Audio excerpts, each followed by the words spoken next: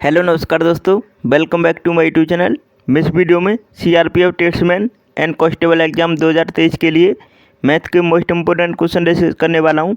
आपकी परीक्षा में 25 क्वेश्चन पूछे जाएंगे मैथ से। सभी क्वेश्चन इम्पोर्टेंट हैं, इसी टाइप के क्वेश्चन पूछे जाते हैं, तो वीडियो को एंड तक देखना।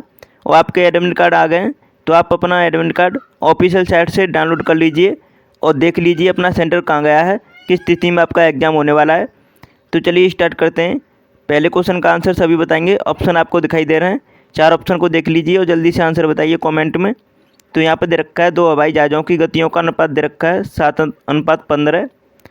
यदि पहला हवाई जहाज़ 3 घंटों में 1050 किलोमीटर की दूरी तय करता है तो दूसरे हवाई जहाज़ की गति कितनी है।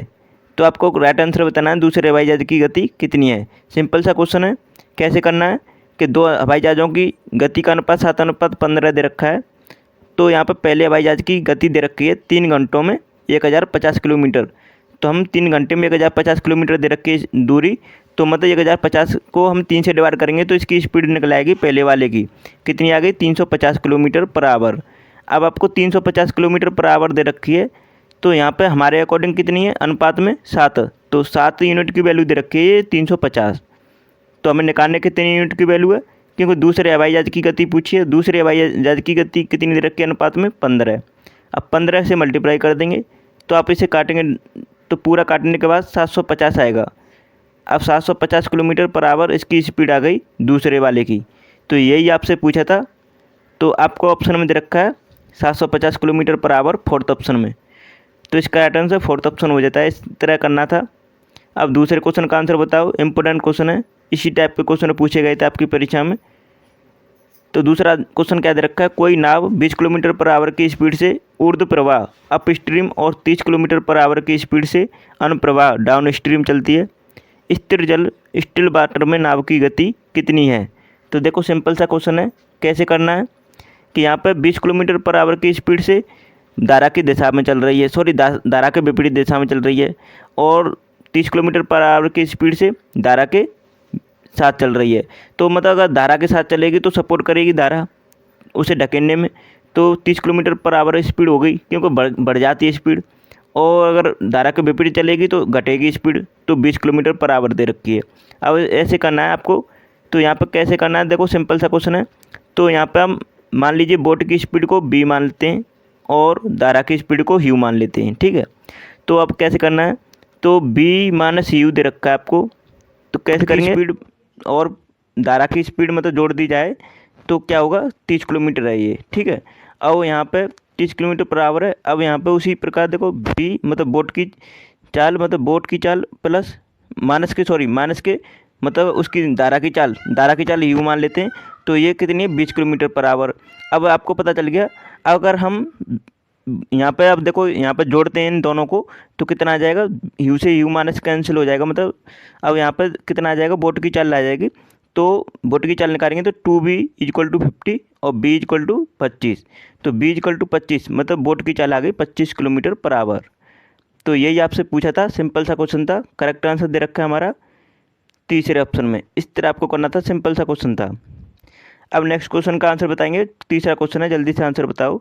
ऑप्शन आपको दिखा देता हूँ, ये ऑप्शन है और जल्दी से इस क्वेश्चन का आंसर आना चाहिए। तो यहाँ पर दे रखा है, ए किसी कार्य को अकेले 96 दिनों में पूरा कर सकता है। बी ए से 3 गुना कार्य कुशल है। तो ए ने 24 दिनों तक अकेले कार्य किया, जिसके बाद बी उससे जुड़ गया। बे एक साथ कार्य मिलकर शेष कितने दिनों में कार्य पूरा कर सकेंगे। देखो सिंपल सा क्वेश्चन है। तो यहाँ पर बोल रहा है ए अगर 96 दिनों में करता है अकेला, तो यहाँ पर बी कार्य कुशल है 3 गुना। तो यहाँ पर ए अगर 1 है तो बी है 3 गुना कुशल। तो यहाँ पर बोला है ए 96 दिन में करता है, तो अगर एफिशिएंसी से मल्टीप्लाई करते हैं दिनों की संख्या को तो वो टोटल कार्य निकल आता है। तो 96 × 1 करेंगे तो कितना हो जाएगा, 96। तो ये टोटल कार्य आ गया। अब बोल रहा है वो कि ए 24 दिन तक कार्य करता है। अब ये 24 दिन तक करेगा, तो ये 1 दिन में 1 कार्य कर रहा है, तो 24 दिनों में 24 कार्य करेगा। मतलब 24 और घटा देंगे, क्योंकि 24 दिन तक तो ए ने किया। तो कितना बचा, 72। अब 72 कार्य बचा। अब इनकी इफिशियंसी दे रखी है, बी की 3 है तो ए की 1 है। अब इनकी इफिशियंसी का अनुपात 3:1 दे रखा है।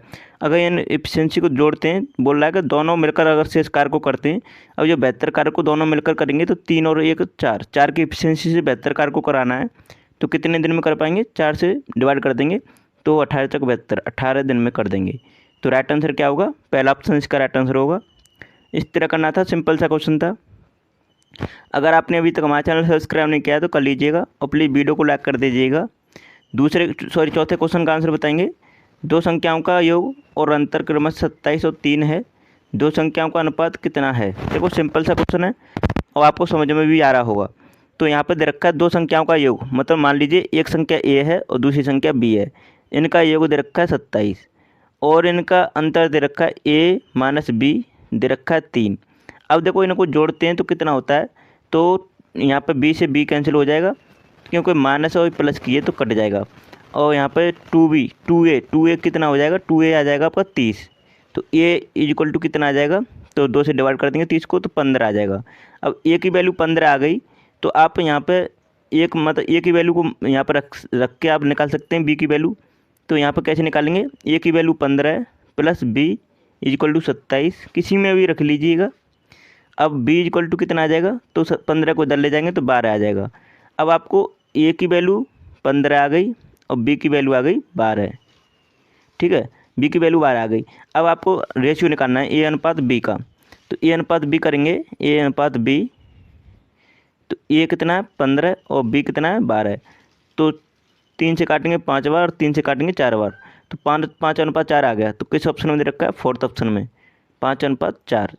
तो फोर्थ ऑप्शन इसका राइट आंसर है। इस तरह करना था। अब पाँचवें क्वेश्चन का जल्दी से आंसर बताओ सभी। ए बी और सी किसी कार्य को 16 दिन में कर सकते हैं, जबकि ए और बी उसी कार्य को 40 दिनों में कर सकते हैं। सी इस कार्य को अकेले कितने दिनों में कर सकता है। सिंपल सा क्वेश्चन है। जब ए बी और सी तीनों लग रहे हैं तो वो 16 दिन में कार्य कर रहे हैं, ठीक है, 16 दिन में कार्य कर रहे हैं। अब यहाँ पर ए प्लस बी आ रहा है ओनली, तो वो कितने दिनों में कर रहा है, 40 दिनों में कर रहा है। अब यहाँ पर बोल रहा है कि सी उस कार्य को अकेले कितने दिनों में कर सकता है। तो हम देखो ए प्लस यहाँ पर टोटल का एलसीएम ले लेंगे। एलसीएम कितना आ जाएगा, 80। अब यहाँ पे अलग अलग एफिशिएंसी निकाल लेंगे। अलग अलग एफिशिएंसी कितना आएगी, 16 पन्ना 80 और 40 दूनी 80, मतलब ए बी सी की एफिशिएंसी आ गई 5 और ए बी की आ गई 2।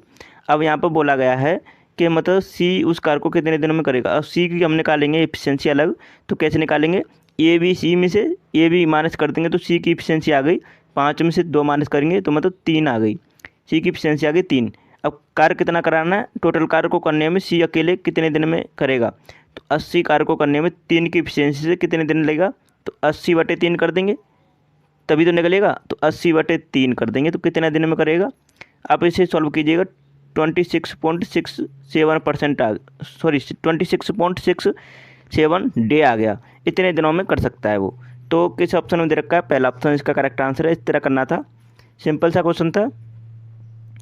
अब छठवें क्वेश्चन का आंसर बताओ जल्दी से। सिंपल सा क्वेश्चन है और देखो ऑप्शन ये हैं, जल्दी से आंसर बताएंगे सभी।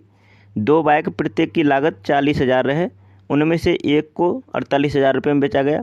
दूसरी बाइक को कितने रुपये में बेचा जाए ताकि 25% का समग्र लाभ प्राप्त किया जा सके। देखो सिंपल सा क्वेश्चन है, समग्र लाभ पूछ रहा है और 2 बाइक हैं, प्रत्येक की कीमत 40,000 है। तो 2 बाइक की कीमत कितनी होगी, दोनों की अगर जोड़ी जाए तो 80,000। लेकिन यहाँ पर एक बाइक को तो मैंने 48,000 रुपये में बेच दिया, लेकिन हम समग्र लाभ 25% लेना चाहते हैं। तो यहाँ पे आपको पता चल रहा है कि यहाँ पे एक को तो 48,000 रुपये में बेच दिया, तो दूसरी को हम कितने में बेचें कि जाके 25% का लाभ हो जाए। तो 25% का लाभ मतलब 80 पे आपको 80,000 पर टोटल पे 25% लेना चाहेंगे, तो मतलब 20,000 का प्रॉफिट होना चाहिए। 20,000 का प्रॉफिट होगा तभी आप 25% का लाभ लेना चाहेंगे। अब आपको पता चल रहा है कि एक तो 48,000 रुपये में बेच दी, अगर हम दूसरी को 40,000 रुपये में बेचते हैं तो कितना हो गया, 88,000। तो अब हमें टोटल कितना लेना चाहिए, 20,000 रुपये प्रॉफिट लेना चाहिए 80,000 रुपये। 80,000 और प्लस 20,000 कितना होता है, 100, मतलब 1 लाख रुपये होता है टोटल। अब 1 लाख रुपये में इसमें से आपको पता चल रहा है कि यहाँ पे 2 बाइक की कीमत 88,000 तो हो गई हमारे पास, क्योंकि पहली को हमने बेच दिया 48,000 रुपये में और दूसरी 40,000 रुपये में, तो 88,000 तो हो गया। तो हम अब 1 लाख में से 88 माइनस करते हैं तो 12,000 रुपये और लेना चाहेंगे, तभी हम 25% का लाभ होगा। तो 12,000 रुपये और जोड़ दो 40,000 रुपये में, तो कितना हो जाएगा, ये 12,000 और जोड़ते हैं तो आपको पता चल रहा है ये आ जाएगा आपका 52,000 रुपये।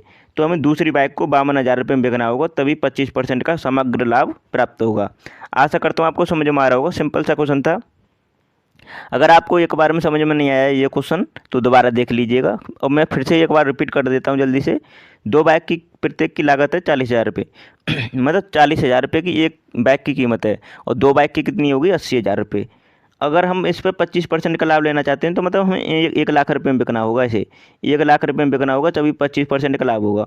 अब हमें पता चल रहा है कि एक को 48,000 रुपये में बिक दिया, तो दूसरी को हम कितने में बिकें कि 25% का लाभ हो जाए। तो देखो 48,000 रुपये हम इसमें से 1 लाख हम से माइनस कर देते हैं तो कितना बचा, तो 1,48,000 रुपये माइनस कर देते हैं तो 52,000 रुपये बचा। अब 52,000 रुपये का हमें दूसरी बाइक को बिकना होगा। तो यही आपसे पूछा था, सिंपल सा क्वेश्चन था। तीसरा ऑप्शन इसका राइट आंसर है, इस तरह करना था, सिंपल सा क्वेश्चन था। साथ में क्वेश्चन का आंसर बताएंगे। किसी राशि पर 7% की प्रति वर्ष की 5 वर्षों के लिए साधारण ब्याज 700 रुपये है, तो मूलधन कितना है। सिंपल सा क्वेश्चन है। अगर आप टाइम और रेट का मल्टीप्लाई करते हैं तो सिंपल इंटरेस्ट के बराबर होता है। तो यहाँ पर टाइम कितना है 5 वर्ष और रेट कितना है 7, तो 5 × 7 करते हैं तो ये कितने के बराबर होता है 700 के बराबर, क्योंकि ये सिंपल इंटरेस्ट के बराबर होता है। अब यहाँ पर ये परसेंटेज में वैल्यू थी 7%, तो इसलिए ऊपर 100 पहुँच जाएगा। ठीक है, 100 से मल्टीप्लाई हो जाएगा। अब आप इसे काटेंगे तो 7 पूरे 35, 35 दूनी 70, तो 2,000 रुपये करेक्ट आंसर आ गया इसका। मूलधन कितना आ गया 2,000 रुपये। इस तरह आपको करना था, सिंपल सा क्वेश्चन था। तीसरा ऑप्शन इसका राइट आंसर है, इस तरह करना था। ठीक है, तो आई होप आपको वीडियो पसंद आई होगी। अगर आपने अभी तक हमारा चैनल सब्सक्राइब नहीं किया तो कर लीजिएगा, और प्लीज़ वीडियो को लाइक कर दीजिएगा। और आपने हमारी सभी वीडियो नहीं देखी है तो एग्जाम से पहले ज़रूर देखिएगा। अब आपका एडमिट कार्ड आ गया है तो कंटिन्यू जितनी वीडियो हैं सभी को एक बार जल्दी से फास्ट मोड में देख डालो, क्योंकि एग्जाम के लिए सभी इंपॉर्टेंट हैं। इससे अच्छा कंटेंट नहीं मिलेगा, आपका सिलेक्शन यहीं से होगा। तो चलिए वीडियो को यहीं समाप्त करते हैं। Thanks for watching my video.